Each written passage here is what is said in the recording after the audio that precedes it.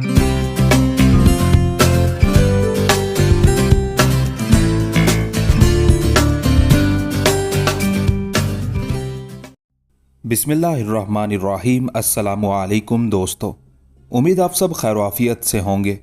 सालारे Ghazni part 9। Ali बिन रबी ने पहले हवेली के सारे कमरों का जायजा लिया। सारा माहौल तब्दील करके रख दिया गया था। हवेली के एक कमरे में जहां सिर्फ एक मसहरी अली बिन रबी के आराम करने के लिए थी, वहां अब सब कमरों में नई खूबसूरत और काफ़ी बड़ी मसहरियां डाल दी गई थी, जिन पर नए बिस्तर और चादरों का एहतमाम भी कर दिया था। इसके अलावा भी कमरों के अंदर दीगर आराइशी सामान भी खूबसूरती और सलीके से सजाया गया था। अली बिन रबी कुछ देर तक सारे कमरों का जायजा लेता रहा, मुस्कुराता भी रहा। दोबारा दीवान खाने में जाके बैठ गया था। पहले की तरह राहिल और रुबैल उसके सामने बैठ गए थे। थोड़ी देर खामोश रहा, यहां तक कि अली बिन रबी ने फिर गुफ्तगू का आगाज किया। कहने लगा, राहिल, तुमने ज्यादती की है। इस कदर सामान तुम्हें नहीं डालना चाहिए था। जिस कदर तुमने रकम खर्च की है मुझे बताओ, इसलिए अगर इस रकम की अदायगी नहीं की जाती तो फिर ये रुबैल की हक तलफी है। इसलिए जो यहां तक कहते कहते अली बिन रबी को रुक जाना पड़ा।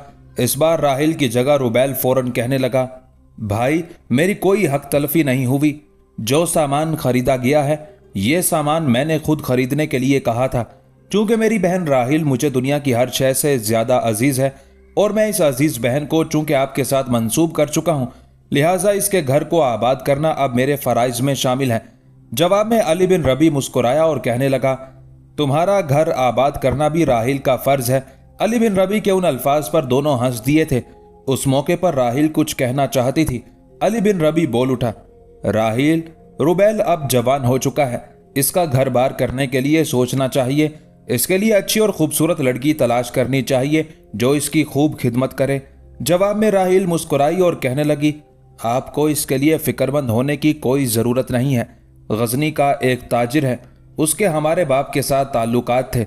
उसकी एक बेटी है, रुबैल से कुछ छोटी होगी। वो रुबैल को पसंद करती है, रुबैल भी उसे चाहता है। उसके घर वालों को भी इसकी खबर है। वो अपनी बेटी को रुबैल के साथ ब्याहने के लिए तैयार है। राहिल जब खामोश हुई तब बगौर गहरे अंदाज में अली बिन रबी ने रुबैल की तरफ देखा और कहने लगा, रुबैल, तुमने तो कमाल कर दिया। तुमने आज तक अपनी मोहब्बत की हवा तक नहीं लगने दी। राहिल ने तुम्हारा राज फाश कर दिया। पहले यह कहो कि तुम कब शादी करने वाले हो। इस पर रुबैल बड़ी संजीदगी में कहने लगा, भाई, यह फैसला तो आपने करना है कि यह मामला कब निपटाना है। जिस रोज राहिल की शादी होगी उसी रोज मैं भी शादी कर लूंगा। पहले आप ये बताइए, जिस मुहिम से आप लौटे हैं उसके बाद अब आपको चंद माह तो गजनी शहर में रहना नसीब होगा। अली बिन रबी ने नफी में गर्दन हिलाई। इस तरह गर्दन हिलाने पर राहिल बेचारी परेशान और फिक्रमंद हो गई थी। यहां तक कि अली बिन रबी बोला और कहने लगा, मैं गजनी में सिर्फ चंद दिन ही हूं, किसी भी वक्त यहां से कूच कर सकता हूं, इसलिए कि इस वक्त सुल्तान को 3 मुहिमें दरपेश है। पहली ये कि दरियाए सिंध के किनारे का जो इलाका है वहां का नाजिम अहमद नाम का एक शख्स है, उसने सुल्तान के खिलाफ बगावत और सरकशी कर ली है। पहले उससे निपटा जाएगा। दूसरी मुहिम किला हांसी की है, वहां के राजा ने भी सरकशी और बगावत इख्तियार की है। ये एक तरह से दूसरी मुहिम होगी। दरियाए सिंध के किनारे को मतीओ फरमा बरदार करने के बाद हमारा लश्कर हांसी का रुख करेगा। हांसी से निपटने के बाद सोनपत का रुख किया जाएगा। वहां के राजा दीपाल हरी ने भी सरकशी और बगावत पर कमर बांधी है और उससे भी निपटा जाएगा। राजा दीपाल हरी के हमसाए में भी कुछ हुक्मरान बगावत पर आमादा हैं, उनमें रामदेव बड़ा अहम है। यहां तक कहने के बाद अली बिन रबी जब दम लेने के लिए रुका तब उदास और अफसरदा आवाज में राहिल गौर से अली बिन रबी की तरफ देखते हुए कहने लगी, इतनी सारी मुहिमों पर आपका लश्कर कब तक रवाना होगा। जवाब में अली बिन रबी ने कुछ सोचा, फिर कहने लगा, जिस अंदाज में और जिस तरह रास्ते में सुल्तान के साथ मेरी गुफ्तगू हुई है उसके मुताबिक सुल्तान 1 हफ्ते तक इन मुहिमों को सर करने के लिए निकलने का इरादा रखता है। गोया 1 हफ्ते बाद मुझे लश्कर के साथ फिर हिंदुस्तान की सरजमीनों की तरफ कूच करना होगा। अली बिन रबी की यह गुफ्तगू सुनकर राहिल इंतहा दर्जे की उदास और फिक्रमंद हो गई थी।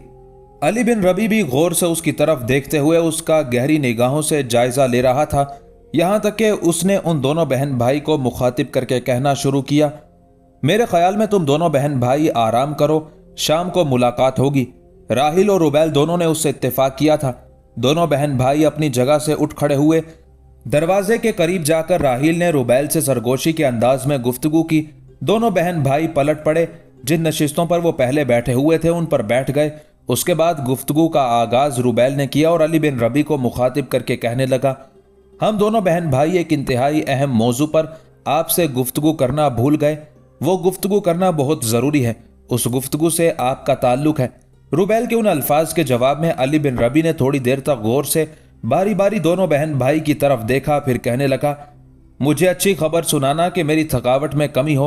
अली बिन रबी के उन अल्फाज पर राहील मुस्कुरा दी थी। यहां तक कि रुबैल बोला और कहने लगा, भाई आपकी गैर मौजूदगी में हम दोनों बहन भाई ने एक फैसला किया है। जो फैसला हमने किया है उसका आगाज मेरी बहन ने नहीं, मैंने खुद किया था।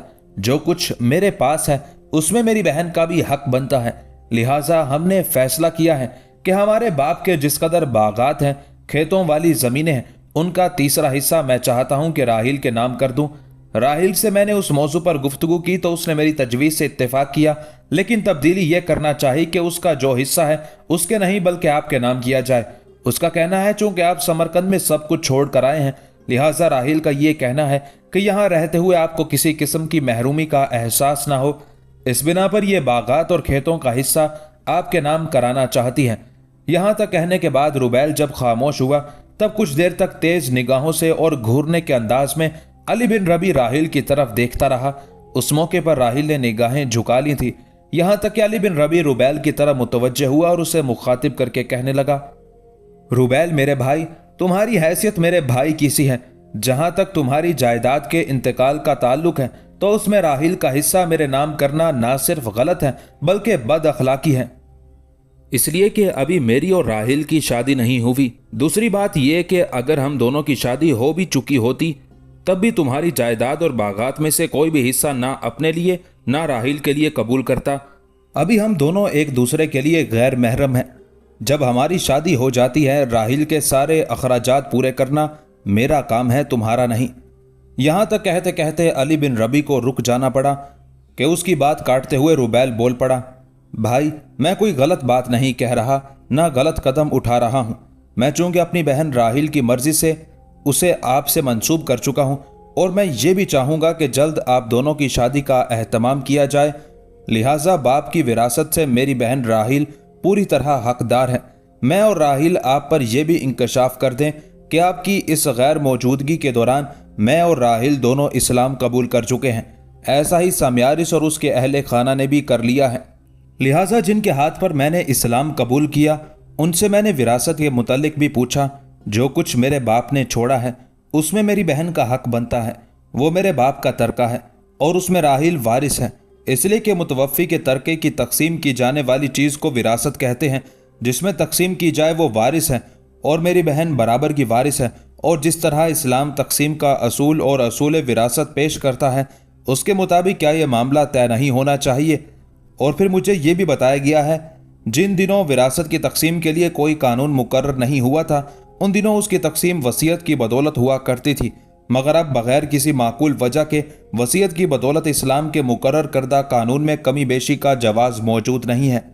विरासत कितनी ही क्यों ना हो उसकी तकसीम ज़रूरी है, ताहम अगर एक वारिस चाहे तो दूसरे को अपना हक बेच सकता है। इस्लाम कबूल करने के बाद मुझे यह भी बताया गया कि हमारे मोहतरम और प्यारे नबी सल्लल्लाहु अलैहि वसल्लम ने फरमाया, मेरे विरसे में एक दिनार भी बतौर तरका तकसीम ना हो, लिहाजा मेरी बीवियों की ज़रूरियात के बाद जो बचेगा वो सदका होगा। यानी बेहतरीन विरासत वो है जो इंसानियत के लिए वक्फ हो जाए।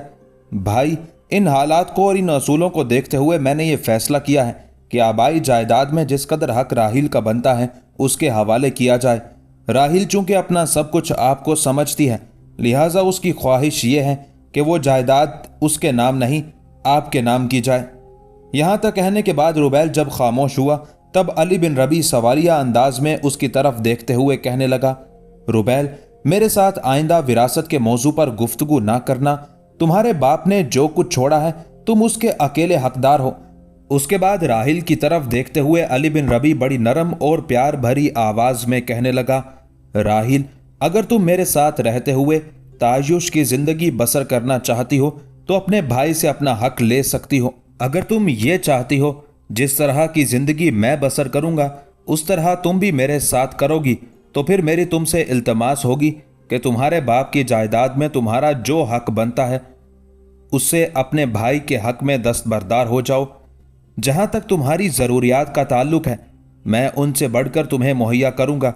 इस सिलसिले में तुम्हें फिक्रमंद होने की ज़रूरत नहीं है। इस सिलसिले में अगर तुम मुझसे कोई तहरीरी। अली बिन रबी अपनी बात मुकम्मल ना कर सका, इसलिए कि तड़पने के अंदाज में राहिल बोल उठी और अली बिन रबी को मुखातिब करके कहने लगी, इससे आगे एक लफ्ज़ ना कहिएगा, इसलिए कि क्या मैं आपसे कोई तहरीरी मुआहिदा करूंगी?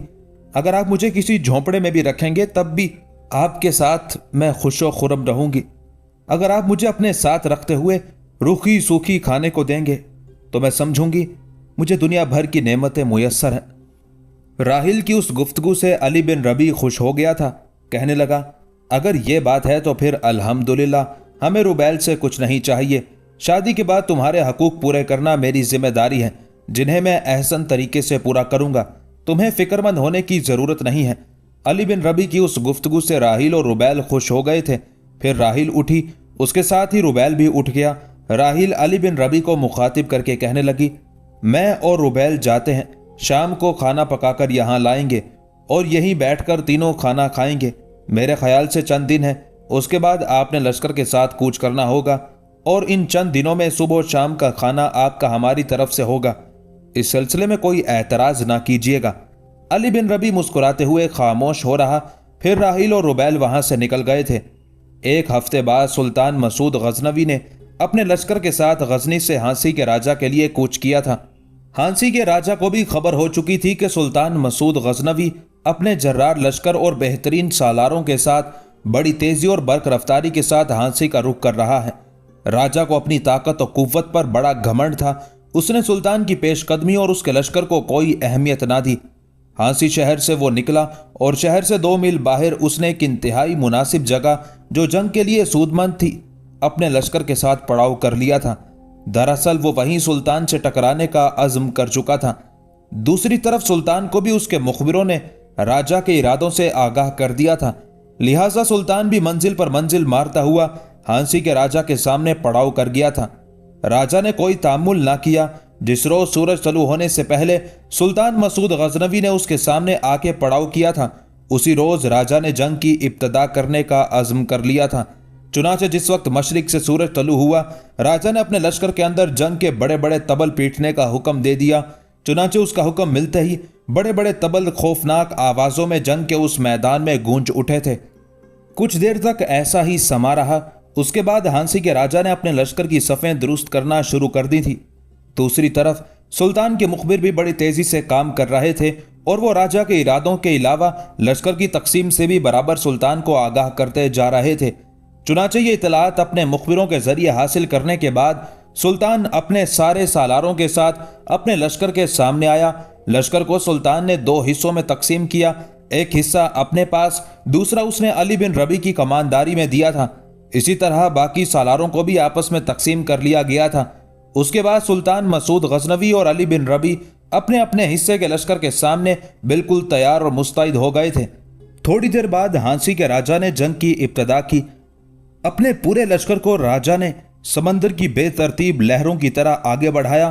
फिर वो सुल्तान मसूद गजनवी के लश्कर पर हकारत के नशे में डूबी इमारत की तरह हमलावर हुआ था। दूसरी तरफ सुल्तान मसूद गजनवी पहले ही अपने लश्कर को 2 हिस्सों में तकसीम कर चुका था। चुनाचे रद्द अमल के तौर पर पहले सुल्तान मसूद गजनवी अपने हिस्से के लश्कर के साथ अपने काम की इब्तदा करने लगा। चुनाचे सुल्तान ने अपने लश्कर को आगे बढ़ाया। फिर वो हांसी के राजा के लश्कर पर आग और तेजाब की बारिश के जुलसा देने वाले थपेड़ों की तरह हमलावर हो गया था। सुल्तान मसूद गजनवी के साथ ही साथ अली बिन रबी भी अपने लश्कर को हरकत में लाया। फिर वो राजा के लश्कर पर दरवेश सिफत मुजाहिदों और तूफानी हवादिस की तरह टूट पड़ा था। कुछ देर तक घमसान का रन पड़ा। शुरू में राजा को बड़ी उम्मीद थी कि वो कामयाब और कामरान रहेगा। ये उम्मीद 2 वजूहात की बिना पर थी। पहली ये कि वो अपनी सरजमीनों में जंग कर रहा था, लिहाजा उसके लश्करी हौसला नहीं हारेंगे। दूसरी, उसको ये भी उम्मीद थी कि उसकी पुश्त पर उसका मरकजी शहर हांसी है, जहां से उसे हर तरह की मदद, कुमक और रसद मिलती रहेगी। लेकिन सुल्तान मसूद गजनवी और अली बिन रबी ने ऐसे तेज हमले किए कि राजा की सुध-बुध अपने आखिरी अंजाम को पहुंचने लगी। हांसी शहर से 2 मील बाहर दोनों लश्कर के इस तरह भिड़ जाने से मौत के बेकिनार मैदानों में लहू की लकीरें फैलने लगी थी। तलवारों के साए तले तल्ख हकाइक, नेजों और तीरों की सनसनाहटों में प्यासे शराब की तरह मौत की चाप अपना रंग दिखाने लगी थी। चारों तरफ जबर की खून रंग धूल फैलने लगी थी। दोपहर के बाद तक होलनाक जंग होती रही। आखिर राजा हिम्मत हार बैठा, इसलिए कि सुल्तान मसूद गजनवी और अली बिन रबी दोनों ने अपने तेज और शदीद हमलों से राजा के लश्कर के एक बड़े हिस्से को काट कर रख दिया था, जिसका नतीजा ये निकला, राजा ने शिकस्त कबूल की और भाग खड़ा हुआ। सुल्तान मसूद गजनवी और अली बिन रबी ने रुतों को मुजमहिल कर देने वाले सहरा के खूनी शराबों, खूनी उकाबों के गोल की तरह दुश्मन का ताकुब किया था, यहां तक कि हांसी का राजा हांसी शहर में घुसकर अपने बचे कुचे लश्कर के साथ महसूर हो गया था। सुल्तान ने जंग से पहले अपना पक्का पुख्ता पड़ाव कायम नहीं किया था। जिस वक्त हांसी का राजा शहर के अंदर महसूर हो गया, तब सुल्तान अपना लश्कर हांसी शहर के करीब लाया। सबसे पहले खेमागाह नस्ब की गई, फिर सुल्तान ने खुली जगह अपने सारे सालारों को तलब कर लिया था। जब सारे सालार सुल्तान के पास पहुंच गए, तब सुल्तान उन्हें मुखातिब करके कहने लगा, हमारी खुशकिस्मती कि हमने हांसी के राजा को बदतरीन शिकस्त दी है और वो महसूर हो गया है। राजा ने अपनी तरफ से पूरी कोशिश की कि जिस वक्त हम पहुंचे उसी वक्त हम पर हमलावर होकर हमारी थकावट से फायदा उठाकर अपने लिए फवायद हासिल करने की कोशिश करे। उसकी बदबख्ती कि वो ऐसा नहीं कर सका। अब वो अपने लश्कर का एक हिस्सा कटवाने के बाद शहर के अंदर महसूर हो गया है। जाहिर है हांसी बड़ा मजबूत और मुस्तहकम किला है, उसे फतह करना आसान नहीं है।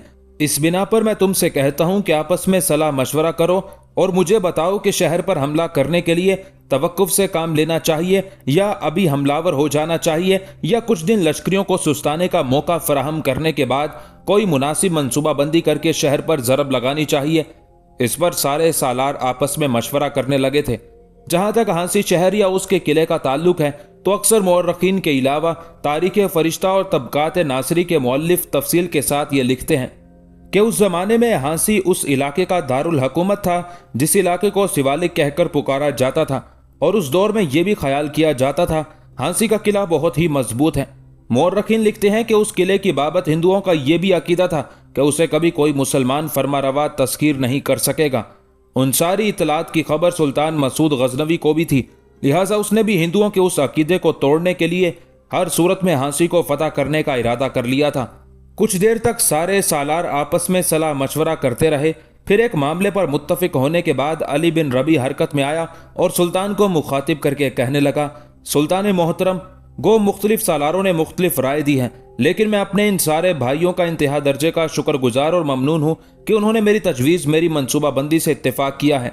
सुल्तान मोहतरम, अगर हम अपने लश्कर को चंद दिन सुस्ताने का मौका फराहम करते हैं तो यह हमारे लिए नुकसानदेह और दुश्मन के लिए सूदमंद होगा, इसलिए कि इस दौरान हांसी के राजा को फिर जंग की तैयारी का मौका मिल जाएगा और वो अपने लश्कर की तादाद बढ़ा सकता है, अपने दीगर इंतजामात को मुस्तहकम कर सकता है, उसे बाहर से मदद भी मिल सकती है, कई दूसरे राजा उसकी मदद के लिए तैयार हो सकते हैं। ऐसी सूरत में हमारे लिए मुश्किलात बढ़ जाएंगी और हांसी को फतह करने के लिए हमें ज्यादा वक्त दरकार होगा। सुल्तान मोहतरम, राजा शिकस्त उठाकर शहर में महसूर हो गया है, उसके लश्करियों के हौसले पस्त हैं, वो हिम्मत हारे हुए हैं। इस मौके पर अगर हम शहर पर हमलावर हो जाएं तो मैं समझता हूं हम आसानी से शहर को फतह करने में कामयाब हो जाएंगे। यहां तक कहने के बाद अली बिन रबी जब खामोश हुआ, तब सुल्तान उसे मुखातिब करके कहने लगा, मैं तुम लोगों की तजवीज़ से मुकम्मल इत्तेफाक करता हूं। अब यह कहो कि शहर पर हमलावर होने के लिए तुम लोगों ने क्या मनसूबाबंदी की है। सुल्तान मसूद गजनवी के उस सवाल के जवाब में अली बिन रबी ने पहले अपना गला साफ किया, उसके बाद सुल्तान की तरफ देखते हुए कह रहा था, सुल्तान मोहतरम, जो मनसूबाबंदी मैंने सारे सालारों के साथ सलाह मशवरा करने के बाद की, वो इस तरह है कि लश्कर को 4 हिस्सों में तकसीम किया जाएगा। एक हिस्सा बड़ा रखा जाएगा जिसके अंदर मैं और आप होंगे, यह हिस्सा ही शहर पर हमलावर होने की इब्तदा करेगा। बाकी तीनों हिस्से शहर की मुख्तलिफ समतों में बिल्कुल तैयार और मुस्तैद रहेंगे। सुल्तान मोहतरम, जब हम चारों समत से शहर का मुहासरा करेंगे तो शहर के दिफा के लिए हांसी के राजा को भी अपनी सारी अस्करी ताकत और कुव्वत को 4 हिस्सों में तकसीम करना पड़ेगा। ऐसा करने से हमें 2 तरह के फवायद हासिल होंगे।